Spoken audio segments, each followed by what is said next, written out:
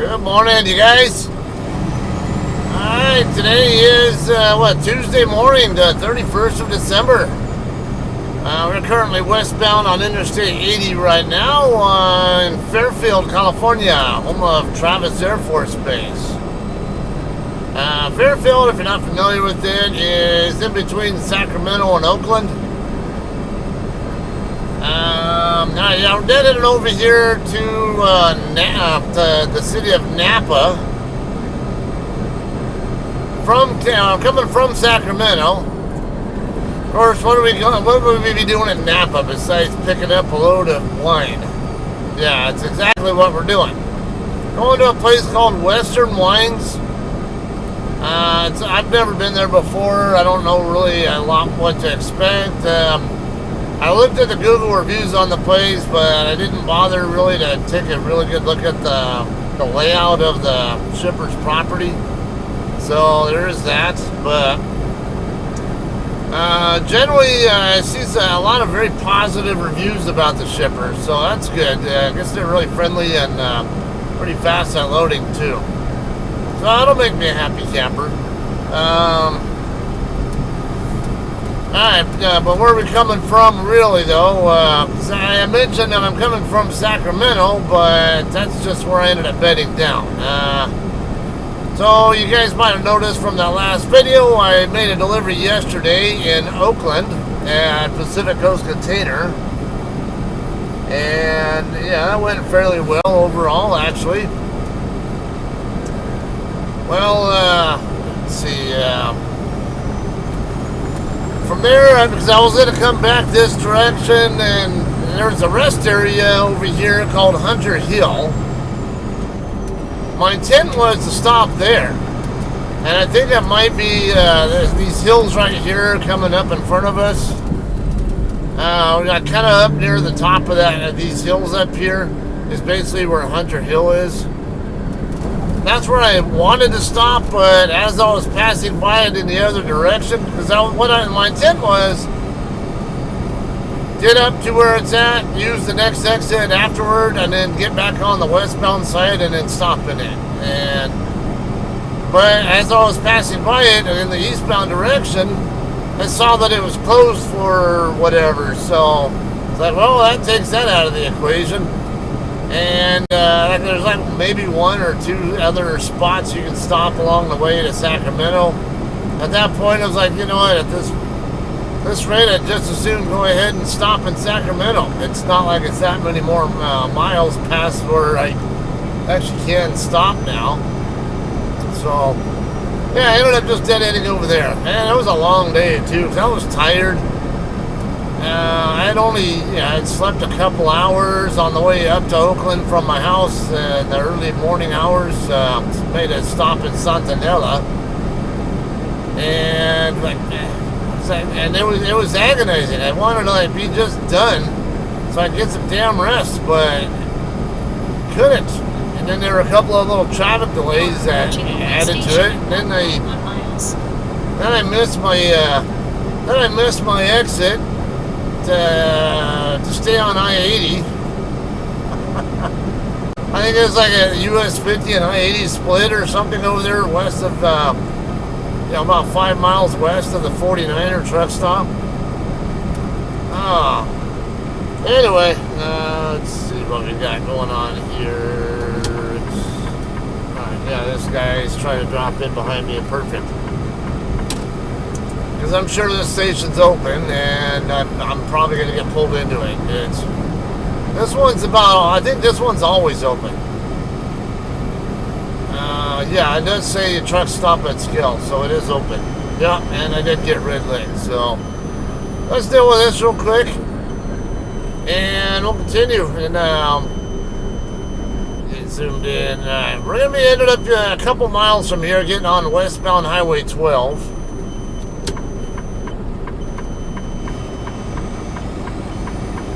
More traffic and behind me in advance, and I'm getting ready to exit. Gives them so earlier, when I signal early, it gives them plenty of opportunity to get out of the lane and go around me or something, or at least be prepared.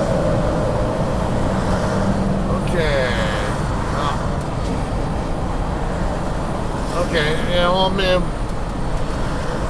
it says loaded or empty over here, or loaded in the left lane, so I guess I'll go ahead and doesn't really matter, I guess.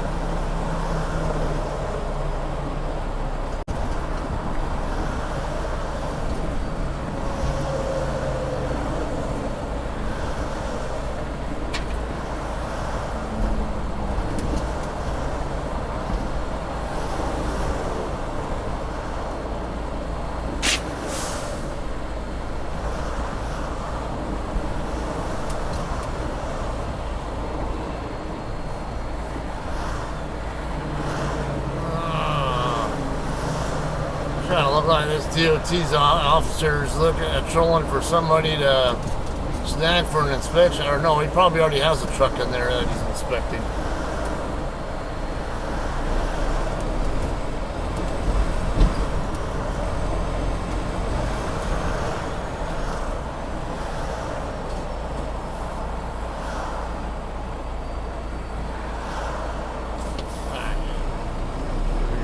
Okay.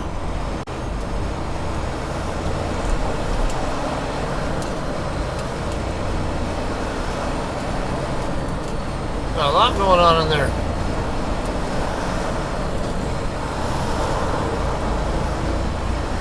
You have a utility truck in there. Alright. Okay, so that all out of the way.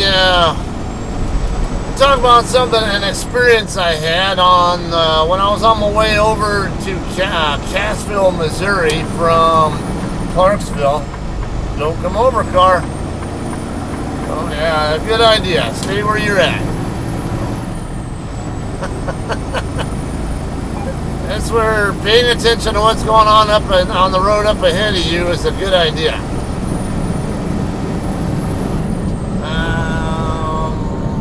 Okay. I don't want 680, so I'm not really happy with what speed this guy's going. I'm hoping he's going to get up to a little bit faster than that, at least. Just a tad. Alright, so I had a situation with another trucker on westbound I-40. I don't remember where exactly we were at. We were probably around Ozark, Arkansas, or somewhere around that ballpark. Take the exit. Well, okay, so the situation. I'm pulling an empty trailer. I'm doing 70 miles an hour. Now, any of you guys who know anything at all about western Arkansas through the Ozarks, it's up and down hilly. Not very much. It's not like it's not mountainous. Like, I mean, they call it mountains, but to me, it's more like rolling hills. In 1/4 of a mile, take exit 39 toward CH12. Okay. But either way, if you're loaded at all, it's going to slow you down. The hills are going to slow you down. So what happened is, I had a flatbedder. Follow the road for Okay, 6 miles. you're getting a little bit too chatty there, woman. Even though I don't technically need you. Alright, so this flatbedder, or as we call skateboards, he was doing about 75 or so originally. But so he was passing me, and now normally, here I have a rule of thumb. Some rules of thumb I like to follow when it comes to passing other traffic. Like if it's me passing the other traffic, if I'm going at least 5 miles an hour faster than you, then okay, it's not such a big deal when I move over. These guys aren't going to let me over now, watch. And plus now I got this Sprinter van. Oh, come on, car. Now I'm going to figure out what this Toyota up here is going to do. Anyway, though, yeah, if I'm doing less than 5 miles an hour more than them, I'm not going to be in any big hurry to move back over. Now, I don't care if you're even signaling like with your lights or whatever that I can come on over. I don't care. I'm not moving over. I don't need to be, unless there's someone right behind me that I'm trying to get out of the way of. I have no real good reason to need to get out of the damn left lane. Like, so, fine line. But anyway, though, this flatbedder, he's got a load, and I'm empty, and we're going up a hill. What happens there? Flatbedder starts losing speed, and we're getting near the top of the hill, and he's barely like 40 feet in front of my trailer, in front of my truck, and he's already wanting to come back over, and he was losing speed. I said, so I called him. He ended up actually moving over while he was still only 40 feet away, and he had actually slowed down to like 69-ish. And I know that's what he slowed down to because my truck has a radar unit on it. And I have, anytime someone's about to be in front of me or is in front of me, I always switch it over to that view on my instrument panel so I can monitor their speed and see if they're playing road yo-yo or if I'm going to need to do anything else. And yeah, so sure enough, and I could see visually that he's going just a tad slower. So I move back over to the left lane and I get on the radio and give him a hard time about it. Like, what the hell are you thinking, dude? Like, why do you have to move over so quickly? You're like 40 feet in front of me. And then this guy ends up telling me basically to quit being a little bitch. And I was pulling away from you, like hell you were. You were pulling away from me. I mean, you were going faster than me when you were beside me. But I mean, I told him I'm pulling an empty damn trailer. I'm not losing any speed, and you are. He said, and your speed was actually down to the same or just a tad slower than mine by the time you started coming over. And the nearest traffic behind us is about 3/4 to a mile behind us. Why do you need to be in any hurry whatsoever to get back that bad, that freaking urgent to get back in the right lane or out of the left lane? There's some imaginary car there behind you that you're worried about? I don't get it. So to me, it's just plain, don't be a bonehead trucker then. That's not me just being a little bitch. This is called you being stupid. I don't know which will get because I haven't posted it anywhere yet. I haven't even edited it yet, but as of this recording, I don't know which will end up. I would assume that'll end up on my Facebook or my Clips channel here on YouTube. Possibly, probably before you see this one. So you might have already seen it by the time you see this. Whatever the case, like, use your brains, people. Why do you have to be in that urgent a hurry to get out of the left lane when there's nobody even behind you? The more space you give me, the better it's going to be. Because if, let's just say you get moved back over and all of a sudden a deer runs out in the road in front of you, or someone on the right shoulder ends up coming out right in front of you, and you have to hit your brakes. Well, now I'm less than a second of reaction distance behind you, and there's a chance that I'm going to crash into you before I even have a chance to react. Not a smart thing, guys, because if you have that situation, it's not always the rear-ending driver's fault when you have a rear-end collision. It really depends on the situation. If you move over in front of somebody and don't give them enough opportunity to create more space, or you don't pull away from them enough to allow the space that's needed for a proper reaction and a proper and safe reaction to take place, then you're actually going to be the one at fault if the person rear ends you. Okay, we're getting real close to our customer here. I can be a right turn onto Kelly Road. I think I remember that's the name of the street that, where is it? I don't remember. Well, I know that Google and what's on my onboard system are both jiving perfectly with each other. So we'll see how it goes.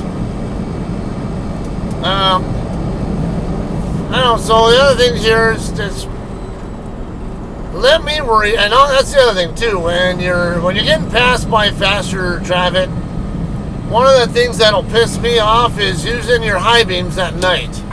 Don't. If you're gonna signal at all, turn off your headlights. If you can't turn off your headlights, flash your marker lights or hazard lights or whatever it is, depending on what your vehicle is and what its capabilities are. All right. And in general, though, I went to CDL school for a reason. I should know when it's a reasonable time for me to come back over. Just because I can see that I'm clear of you doesn't mean that I really need to be coming over right away. So, but I see it all the time. Like sometimes driver, this building, it's kind of a, well, I'm guessing dock doors are on the other side or something. I don't know. But yeah, it's definitely, we're going to turn it. Yeah, it's this building right next to us. It's on the other side, I guess.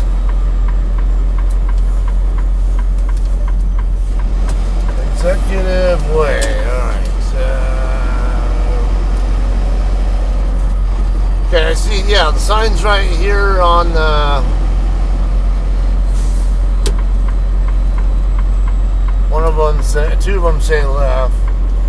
Yeah, Western Shipping and Receiving. Turn left right here. Okay. Alright, I do see some trucks already docked in. Now, one thing I did notice in the reviews is people say make sure you have your CDL and your truck registration with you when you're checking in.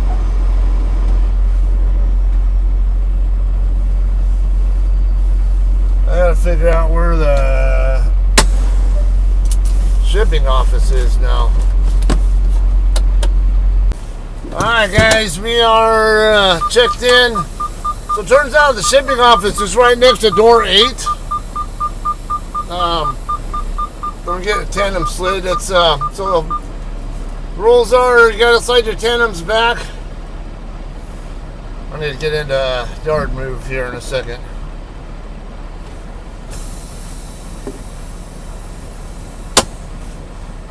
Okay, yard move, dock in. Okay.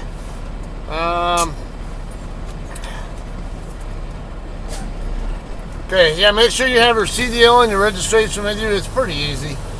And actually, they'll give you the BOL, the ready-to-use BOL, as soon as you're even, before you even leave there.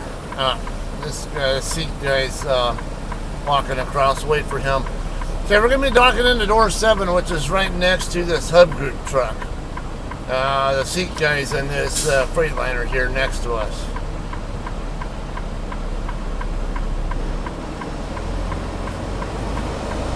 Okay, yeah, I think they said once your door light, once they load you,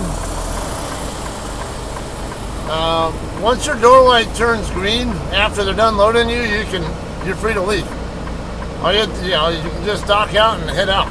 And okay, the other thing is they have a sign in there saying they don't give you seals, so you gotta come with your own seal.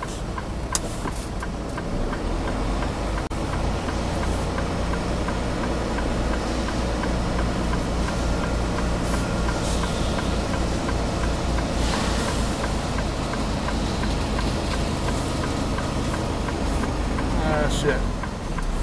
I'm a little bit late. I was a little bit concerned about getting too close to the hub group guys, so I wasn't sure how. It kind of seemed like there was less room to work with than there really is.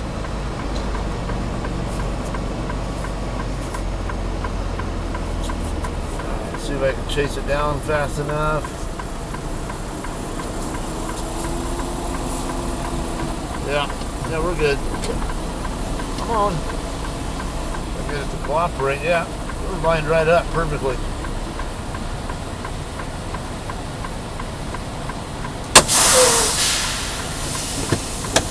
Alright.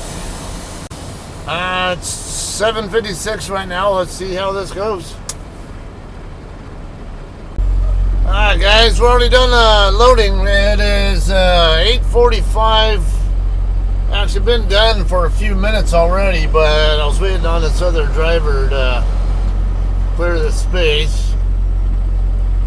And he's still backing into his spot. I'm going to have to get out and slide my tandems and close my doors and all that.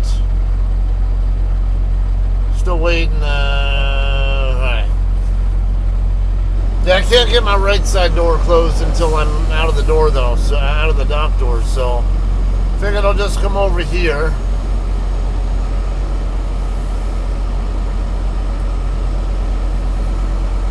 Come over here by this this barrier or something, so I'm out of the way and can get it done here.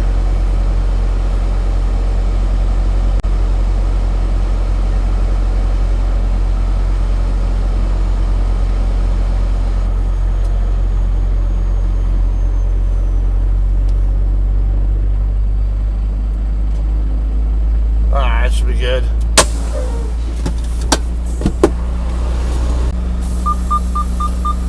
Alright guys, we're got doors closed and all that, but now this trailer does have the way right system on it.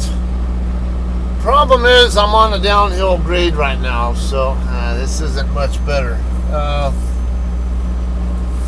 But I like the grade on this street more than I do the where I was just at.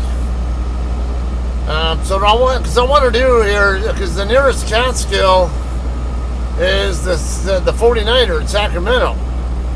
I have to go past that eastbound way station, get to there. The next nearest Catskill is in the wrong direction over by Martinez. Yeah, going down toward Concord and all that. So I don't really want to go that way, and it's going to add miles, and I'm already running on recaps as it is. So I really want to try to avoid going to Martinez if I don't absolutely have to go that way. So I'm going to go ahead and check on this, see what my weights are all at. Got about 31 or so on the drives. So if I like where everything, I think I'll be fine on the tandems, but I want to double check it. Alright guys, we are good to go here on the weights. The weight right scale only shows actually less than 30,000 on the tandems. I figured it was going to be a little on the not so concerning side over because the last pair of pallets inside the trailer are not exactly close. I mean, they're not super close to the. Hopefully these guys don't need to lift turn lane. I guess FedEx did, but oops. Anyway, yeah, I have reason to believe that even without the weigh right, that it was probably okay. So I went ahead and sent my loaded call. I'm just going to go ahead and get rolling on 80. See how it goes. Now this one is going to Aurora, Colorado, to basically a wine distributor there, or whatever it is. That one's due on the 3rd. So I do anticipate that I'll probably vlog that one as well. So I'll probably see you guys then, alright? As usual, I appreciate you guys taking the time to watch, and we'll see you guys in Aurora.